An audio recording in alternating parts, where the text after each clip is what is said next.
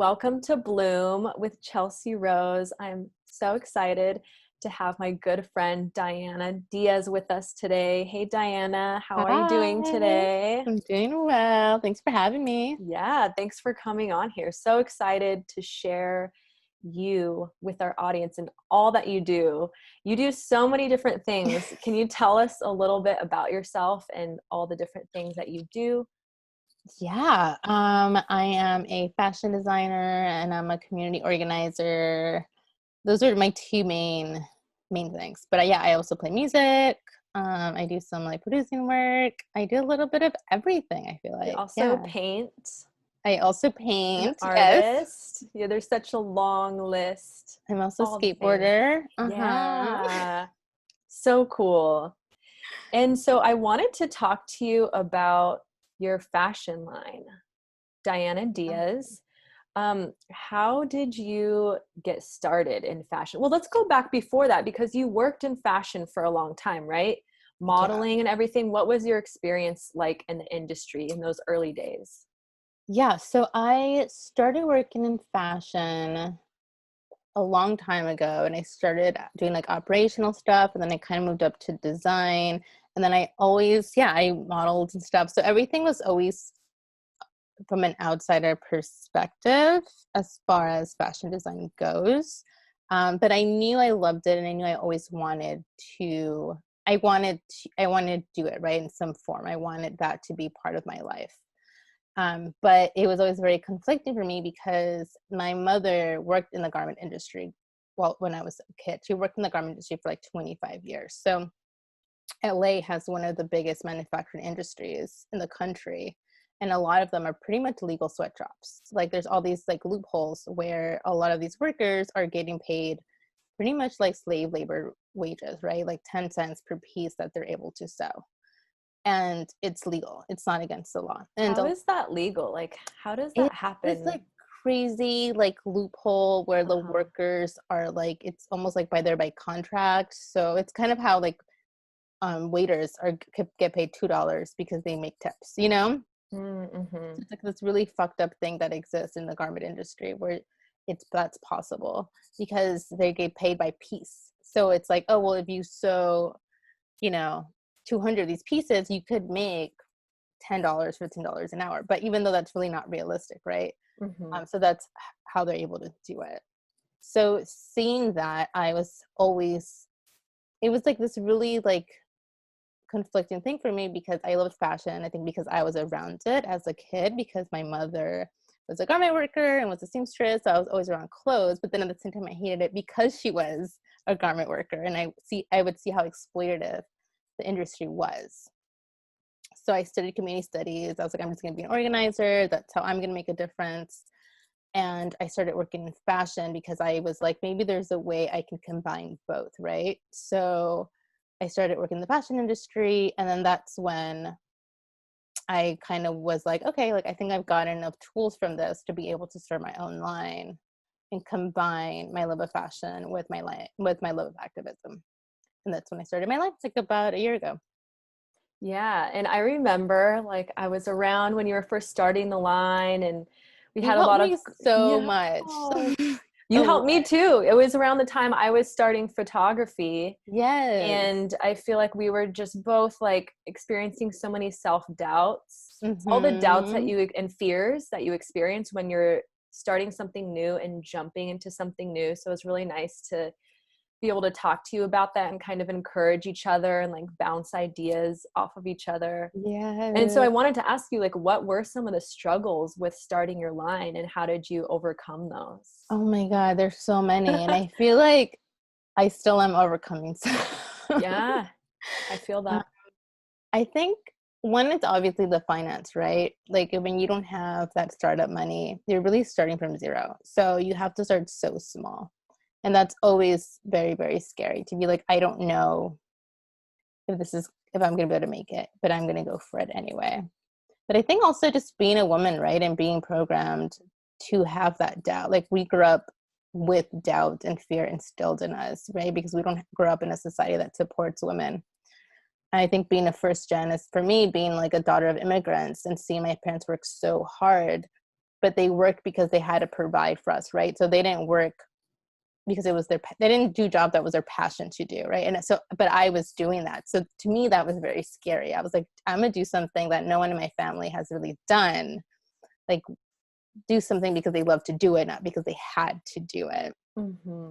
So that creates a lot of doubt and a lot of fear, like off the bat. And I think that's something I'm still struggling. Like every day it's a struggle where I feel like I have imposter syndrome, you know, like I always, and I think we talked about that, right? Even like how we introduce ourselves, and to be like, oh yeah, I'm Chelsea, I'm a photographer. Like, oh, I'm Diana, I'm a fashion designer. Yeah. Oh my gosh, you did so good today though. Like I feel like we're both at that point now where we're like, okay, like we're in it. We're doing it now. Yeah. But yeah, when we were first starting, we both struggled with just owning the title. Like, yeah, I remember being afraid to be like, I'm a photographer.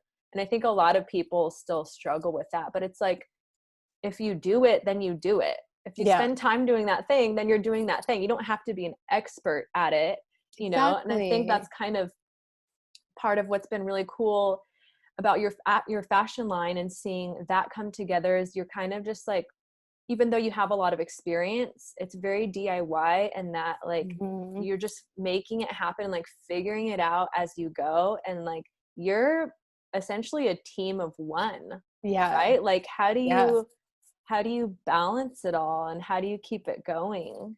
I don't know. It's like, I remember we would always talk about that, right? Like, hey, we're going to buy planners. We're going to have these like accountability meetings. The planners. Like planners. We're we all talk about like the planners. Which planners work best.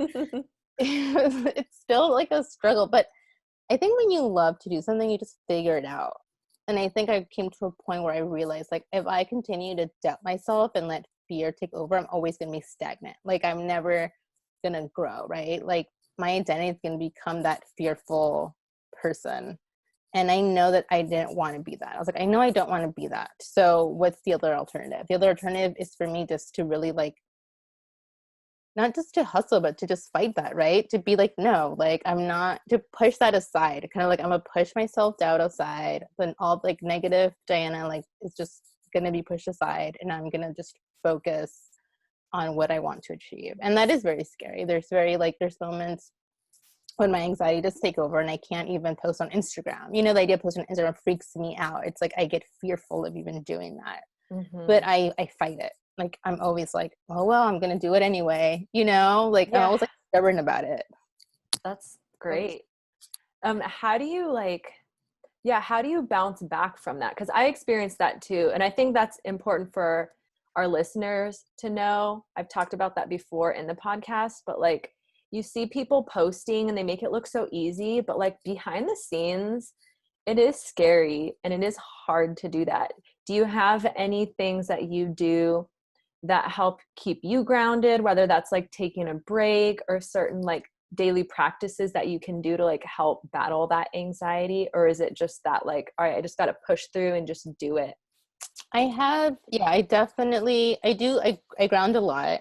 I like every morning I try to do grounding work and meditation. But yeah, if little habits that I know trigger fear in me, I try to like schedule them in my head. So I know that like, okay, every Monday, Wednesday, Fridays, I'm going to post on Instagram. So I'm already mentally prepared for that to happen. So I can, you know, so it doesn't feel as bad. And it's still scary. It's like, okay, today's Monday, I'm going to post, but I'm like prepared for it already. So it makes it a little bit easier for me. Yeah, I've been trying to get in that habit too of like setting aside the time. Yeah. Like even today I was like kind of nervous because I was hosting this like activism meeting with a friend of mine, and like I had never done that on Zoom before.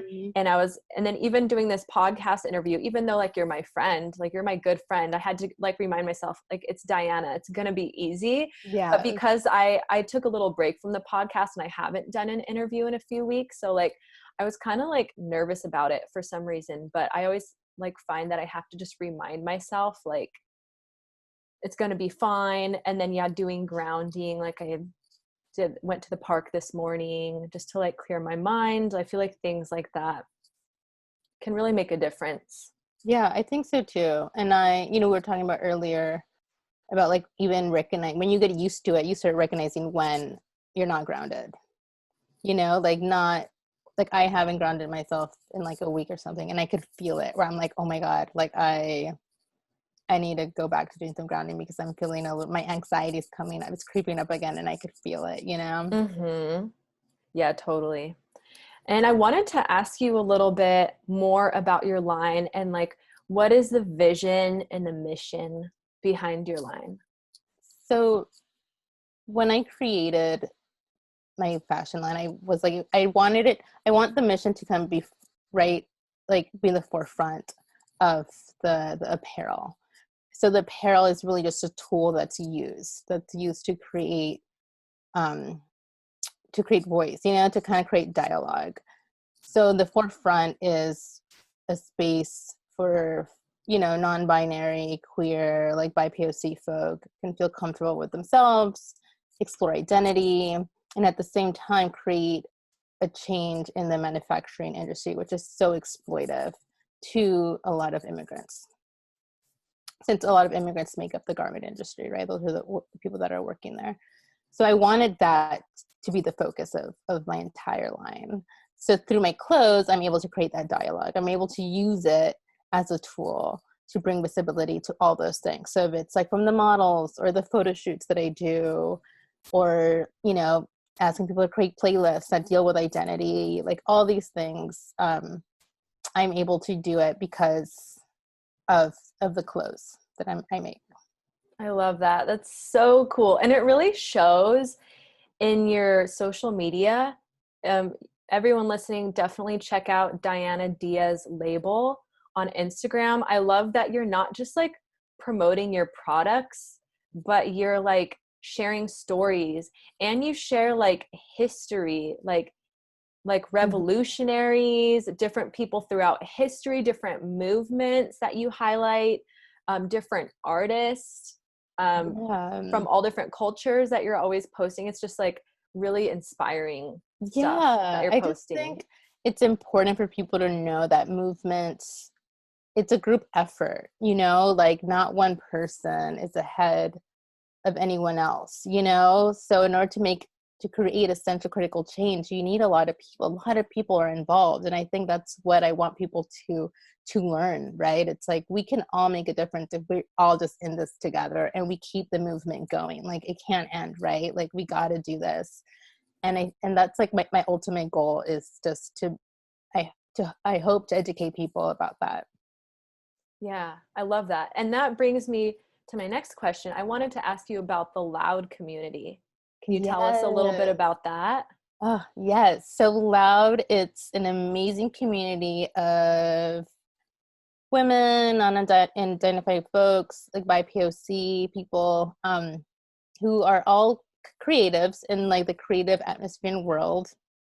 But it's just a beautiful community of folks that are come together and really inspire and motivate each other to create and hold each other accountable too, which is really difficult, I think, to find. It's really hard to feel like you're supported sometimes in this society as a woman, as non-binary folk, and now it allows that. It gives you that space. So it's really great. It's new. It's something that's really new. It's something that I'm very excited and I feel very lucky to be a part of, and I can't wait to see how it grows. Yeah. So Loud releases zines, and one of them, they had you curate the zine, which was really cool. I got to check that out. Definitely check them out on Instagram. Is it Loud Community? Yes.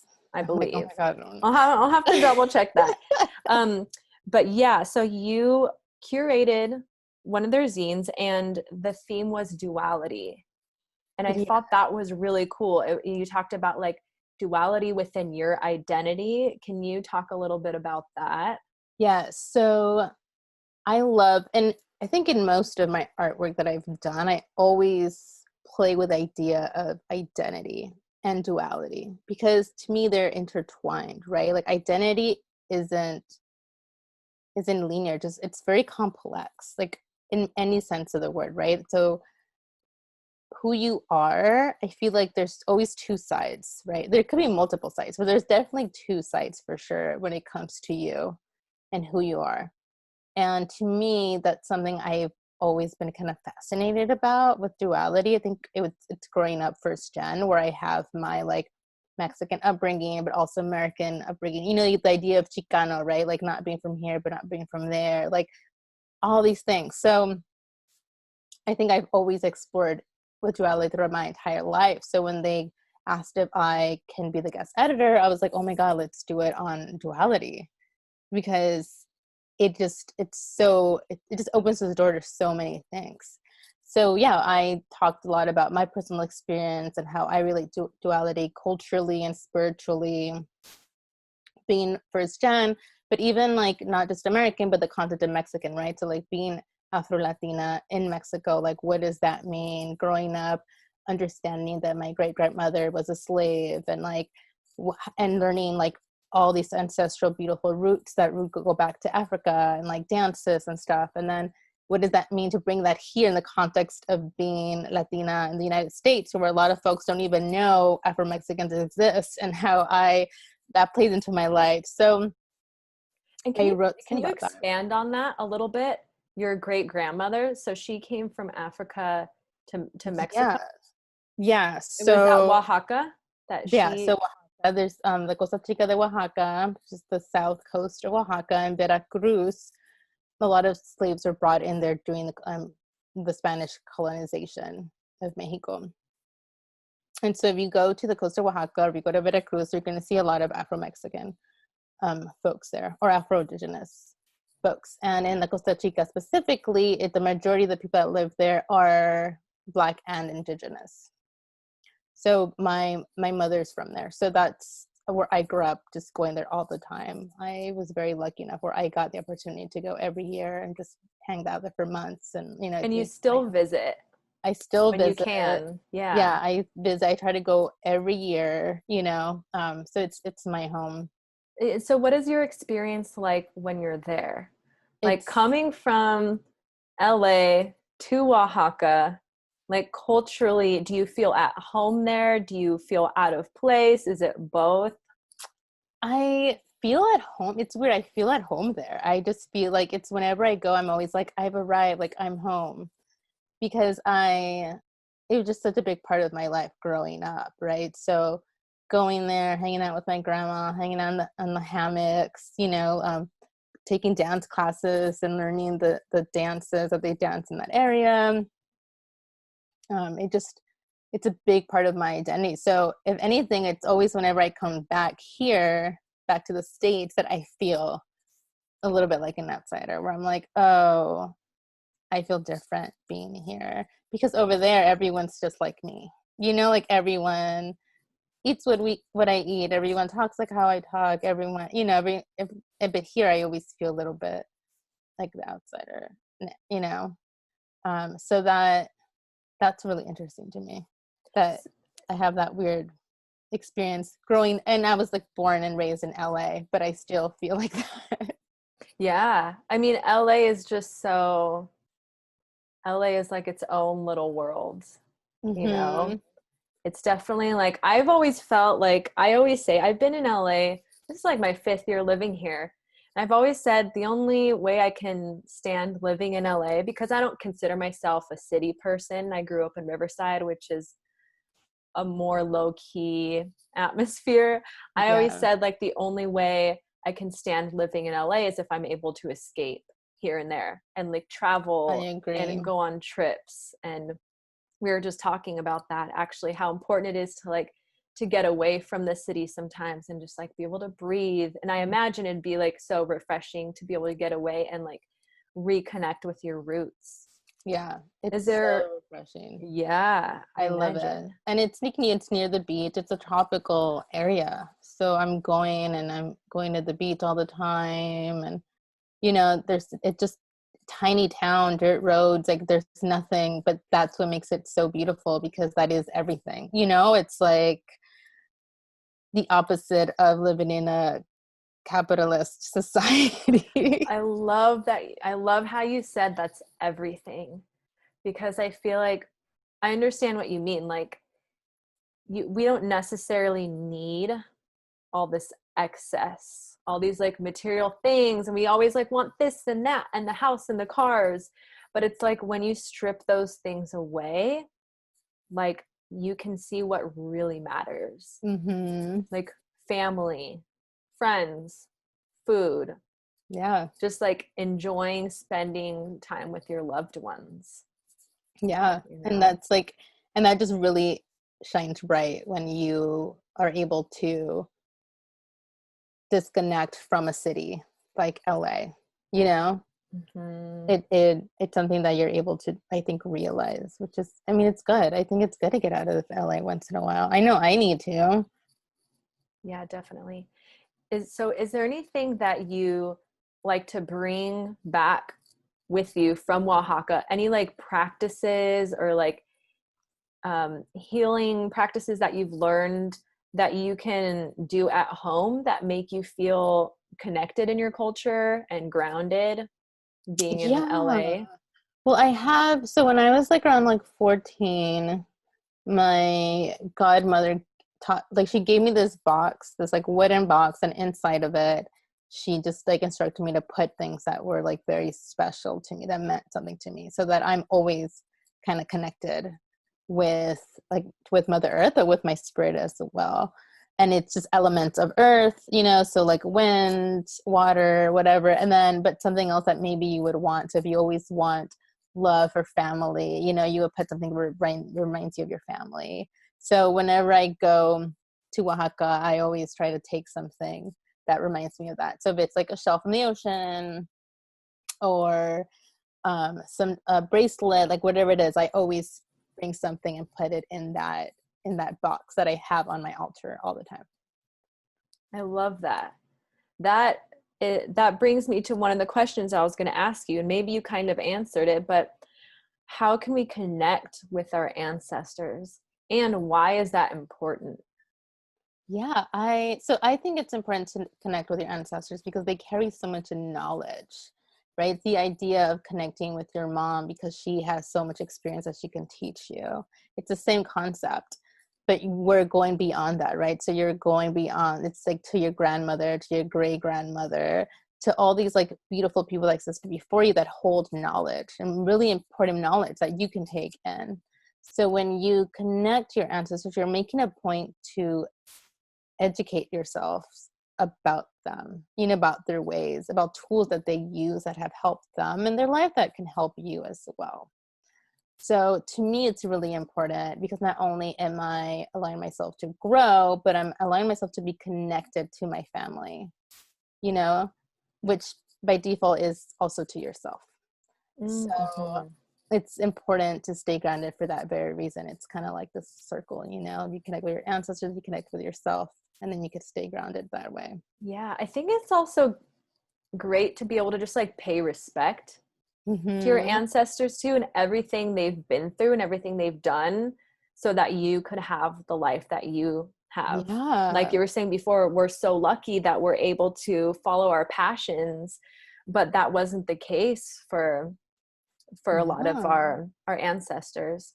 Yeah. So it's really important to show that gratitude. Yeah, I totally agree. I And think, do yeah. you think that you can connect with them spiritually too, like on an energetic level, the our ancestors that are no longer here, how can you still connect with them? Yeah, I always try to do. So even like well, one is I have an altar. So I have an altar that's dedicated to my ancestors. I have a picture of my grandmother, my great grandmother, and then any other, you know, people that have existed in my life that have passed away, that are no longer here, that I can look to for guidance. So my altar has helped me a lot connect with myself spiritually and with my ancestors as well.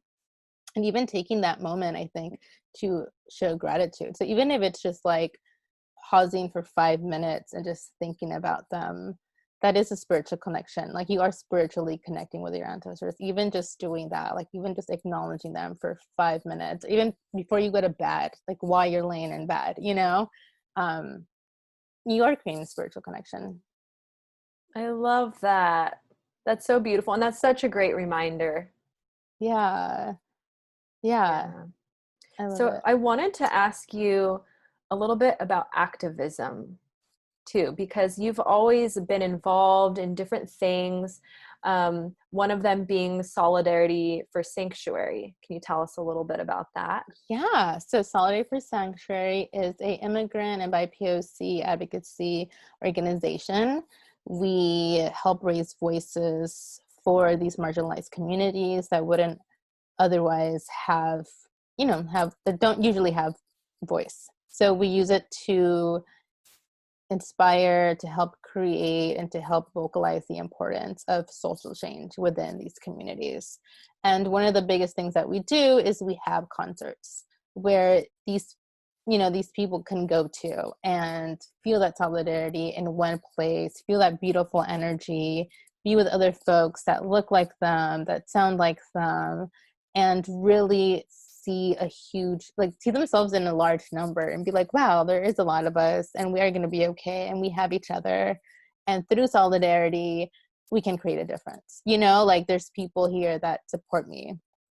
And that's such a beautiful feeling, because I think a lot of times we forget that. I think especially as folks of color, we forget that we have that support, it's easy for us to feel lost sometimes and not feel supported. So yeah, it's been really good. So how do you think during COVID, how are you guys handling that within the organization? Like, how can we keep that connection when we can't physically have those concerts right now? Is that something you guys have been thinking about or brainstorming, or do you have any ideas on that? Yeah, so right now we actually have 2 digital programs happening in September, one with Summer Stage. I'm burping, sorry. And so we have one with Summer Stage, and then we have one with the Ford Theater in LA, and they're all going to be digitally streamed. And we're going to have, and it's all going to be around the importance of solidarity, especially Black and Brown communities, which is really needed right now. And also obviously immigrant rights. But yeah, I think not being able to have physical space has forced us to really think outside the box and to move everything to digital platforms and to online too. Social media, everyone's using Instagram right now. So using that as a tool, a very essential tool at the moment. So highlighting organizers, highlighting other musicians or other artists that are also doing important work, that's been very important to us. And especially with voting, trying to get people to understand the importance of voting at this moment. So that's something that we're working on as well. I love that. Yeah, I feel like activism is essential right now. Everyone needs to step up, even if you've never done it before, even if it feels scary, if it feels uncomfortable, your voice is needed. And so I wanted to ask you, how do you maintain your personal activism, and how do you keep up with that, or are you able to? Because I know for me, we talked about earlier, sometimes it can feel scary, or sometimes I get, life gets busy. Sometimes you need to make sure you're taking care of yourself and taking a break when you need to. But I know that when time goes by that I'm not doing anything, that I'm complicit, it weighs really heavy on me. I feel bad. And I know I just feel so much better when I take the time to even just take one small action. I think it's just easy to feel so overwhelmed where you're I don't even know where to start, but it could just be signing a petition, or I don't know, what advice do you have for if you're feeling overwhelmed, what can you do, and how can we make sure that we maintain our activism and don't fall off of it? Yeah, I think it's important to kind of take a step back and to see where you fit in the activist diaspora, right? Because there's so many routes you can take. You could be someone that's good on social media. You could be someone that's good doing on the ground work. You could be someone that's really good at maybe writing, So it's figuring out your path and then just going with that. I think there's been a lot of pressure lately to be this amazing activist. What, I need to be this on the top all the time, doing all this stuff. But dude, I feel that too sometimes. Yeah. And it's that will wear you down. That means you're going to do work for a week and then be I'm done. I can't do this anymore. So it's good to focus your path. And that's really what activism is. That's what being a community organizer is. Like a community organizer understands that where their strength, and they follow that strength. So you could become a teacher because you know that you're good at being a really good teacher. You could be an artist and be like, I'm a good artist. I'm going to start just paint murals, you know, I'm going to be a poet. Like there's just so many different things you can do to be a community organizer. So you don't have to do all of them, you know, just like follow the one thing that you like to do and do that. And that's enough. Like that really is enough. Like we just need seeds, you know, we just need to plant as many seeds so that they could become fucking flowers and dismantle our government and change everything. Like that's what we need. Yes, I love that. That is such great advice. Thank you for that. Like I needed to Yeah. hear that. That is really great to remember. So what are your strengths? Like where I do you think fit in activism? my strengths have always been in the arts. Like I am a very visual person, and that's something that I've always done. So when I was a student in Santa Cruz, my focus was youth and art activism. So I taught youth about art, ways that they can use art to create social change. So we learned about graffiti, we learned about murals, we learned about music, and we learned about how historically those have all been used in social movements. And then with fashion, you know, I'm using clothing as as an activism tool. I'm using it to bring awareness to people. And with solidarity, I'm using music. You know, that's my tool. That's what I've been using to create change. So the art sector is definitely something that I've been able to use in my activism work. I love that. Yeah, Yeah. there's so many different things that we can do. And yeah, I wanted to ask you a little bit. So going back to like self-care and making sure that we take care of ourselves so that we can show up in the world. I know that you have been into like plant medicine Hmm. before. Has that come from your roots, or is that something that you discovered on your own? How did you get into plant medicine? Yeah. So that definitely is something that comes from my roots. I think growing up, I know a lot in Latinx culture, you always have like your grandmother's making you tea when you're sick. So I've always been aware of the power of plant medicine.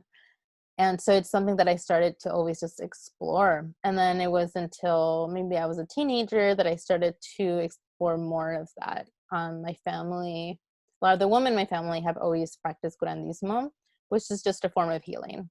And a lot of that entails plant medicine. So What else I, does that entail? it's just really spiritual. So it's like, you know, I'm sure you probably have seen it, like the evil idea of like an evil eye, you know, when there's like a baby and they're like, you're gonna give the baby the evil eye, but or doing cleanses, you know, using an egg to cleanse your spirit, to cleanse your body of negative energy, protecting yourself by wearing certain things. It's just a different form of healing work. And a lot of it is plants. They use plants for a lot of that, to cleanse yourself, to if you're sick, to heal. So it's something that, yeah, I love, and something that like I've been doing for a long time. And I think especially now, because everyone's so stressed, and I think being in quarantine has brought up a lot of negative energy for a lot of people. People are feeling really depressed or anxious. You know, just like they're really, all these repressed emotions are coming out for a lot of folks, myself included. So I've been definitely relying on plant medicine to help me stay grounded. And there are certain things that, like, I really like drinking chamomile tea because I think chamomile tea grounds me, and it's also very good when you're sick, like preventing sickness. So like chamomile tea and a little bit of olive leaf, because olive leaf is also antiviral. So I've been like drinking those teas just to kind of like make sure I stay healthy. Lavender oil has been helping me a lot. I love It lavender. relaxes me so much. Yeah. I've been It's spraying that in my house, like mixing it with water, the essential mhm. oil just in a little spray bottle and just like spraying it around when I need to Yes. just kind of like It like decompress. relax you, and like I love it so much. And then I've been actually what I started doing and I really like it. I don't smoke pot, but I've been smoking mugwort, and it's been so Whoa. good. Like, it's been making me have amazing dreams and also just like fall asleep. Wait, what is mugwort? It's mugwort is just a plant. So, but you could probably find it if you go to any like herbal store. I'm sure you could buy dried mugwort, but it's really good for sleeping. And Really? yeah, it's really good for sleeping. So I've been like putting it like in a pipe and just like smoking it, and it's been really That's so good. cool. I've never heard of Yeah. that. I mean, I've Yeah. heard of like herbal cigarettes before, but I never really understood. I guess it's just another way to ingest it, right? Like rather than like Yeah. making a tea, you can just like Yeah. smoke it. Yeah, you can make a mugwort tea if you like, but because I'm always like sometimes really lazy, I'm just like, oh, I'm just gonna take a hit of mugwort and fall asleep. Just take a little hit. Yeah, just take a little hit. I love that. Wow. No, So have you been having any like crazy dreams lately? kind of, yeah. I feel like we always talk about how crazy our dreams are, but yeah, I have been having crazy dreams. Yesterday, last night I had a weird dream where it was just like it was like Groundhog's Day, but each time it was a little bit different. So it would be Whoa. like this person coming over I wasn't even in my house, I was at my parents' house, and they would come over. And each time they would come over, something different would happen. But they would always keep coming over. And I started like almost lucid dreaming where I knew I was dreaming and I was like, what's gonna happen next time? Like, okay, he's coming again. Like, what's gonna happen now? And that was just like my Whoa. whole dream. It's Oh so my weird. gosh. Dude, I've been having crazy dreams too. And I feel like it's really cool to remember them because Mhm. like what you experience in your sleep is an experience. Like you're Yeah. actually experiencing that. Even though you're just laying there, your mind and like emotionally, you're truly experiencing that. So when you wake up, I think we can often feel like those lingering feelings and emotions from our dreams. And like sometimes you just wake up feeling a certain way and you're not sure why. For me, it's really helpful to, I write down my dreams. Sometimes that helps me remember them. But it's really helpful to just like be able to reflect on my dreams and Mm-hmm. like try to interpret them a little bit. I mean, I think not Yeah. everything can be like laid out as like, oh, this means that and this means that, it's all just kind of like a jumble. But I think it's helpful for me to know why I'm feeling the way I feel and like take some time in the morning to kind of like shake that off if it's like a Mm. weird feeling. Yeah, I agree. I do feel like sometimes it's spirit giving you messages, you know? And if you, like you said, like if you take the time to analyze them and to like feel like, okay, what emotions came up, like what was I feeling? I think there's a lot you can learn from that. Yeah. Wow. So you think spirits visit us in our dreams like to give us certain messages? Yeah, for sure. Definitely. I think so. I think dreaming is like a big tool that you can use if you connect yourself, if you align yourself with it a little bit. Like, I think you can easily connect with dreams and see like what messages spirit is trying to tell you. Yeah. What other ways do you listen for messages? Um, Usually sometimes it's like a little bit thing. Like if I wake up and I find that a lot of things I'm like messing up a lot. Like if like something like I dropped something or if I ran myself into I'm like, okay, that means that I'm rushing. Like I need to take it slow today. Like I am not taking the time to listen to myself. My body is not aligned with my higher self. Like I need to do some grounding work. So I'll just do a quick like 1-2 minute grounding and then I'm like, okay, I'm ready to start my day. So I try to Mm-hmm. just to, like be in tune with myself and my body and be like, okay, what's not aligned here? Like what's just feeling kind of fishy. Mm-hmm. Like being aware with Hmm. with yourself and what's going on around you. I love that.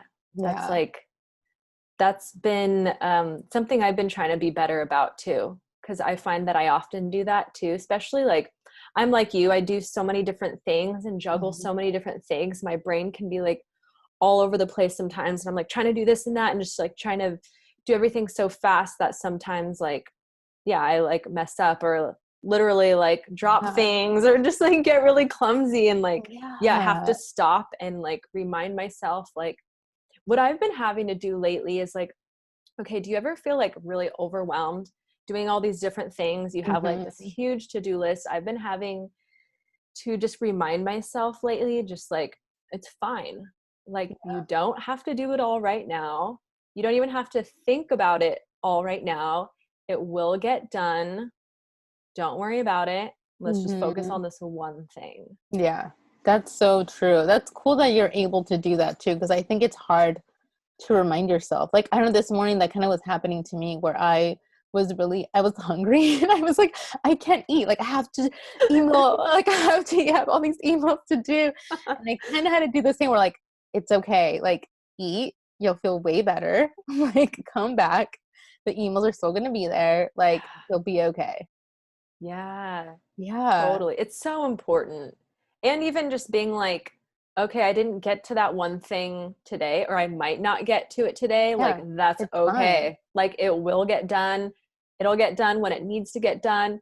And even just like rescheduling with people. If I Yeah. have to, like, that's fine. I think it's important to remember that we're like in a freaking pandemic and the world is Yes. changing in huge ways every day all around us. And it's like, it's a lot for us all just to like process and keep up with. So I think it's important to Yeah. just like remember that, to just like be gentle with No, I ourselves. agree. And I feel like there's been this weird thing of like like toxic hustle culture where like you kind of feel like I'm a badass, I'm hustling all the time. And it's like, I don't know, like I kind of don't want to hustle all the time. Like I want to Yes.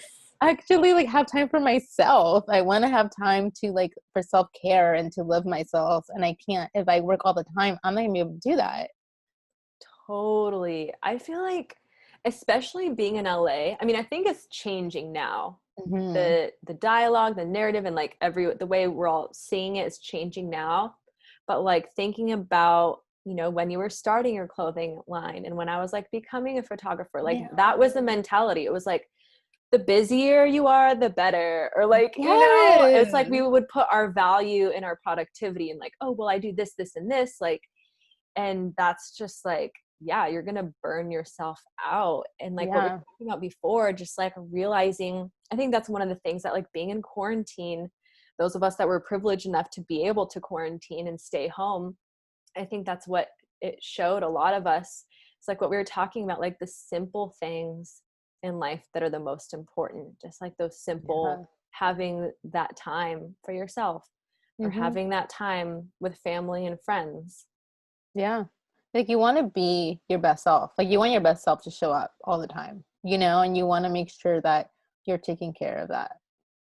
And also, like, how do you know who you are if you don't stop to connect with yourself? Yeah. Because I think it's so easy to get on that train of like you're just going and going and you think that's who you are. You think, oh, I do this, I do that. Oh, I'm a photographer, I'm a podcaster.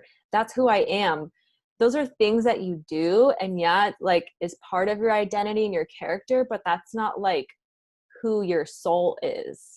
I believe Hmm. that's the way in which our soul can express itself, but like you are so much more than that. That's what I've Yeah. been learning. And it's just like, it's so important to connect with that and like remember who It's you are. And I'm still true. learning so much about who I am. Yeah, Yeah. connecting with your ancestors. Like it's all just Hmm. tied in. Like, I think so too. And I feel like whenever I am connected, that's when I am able to create the best work. It's when I'm tuned in with yeah, myself. that's so true.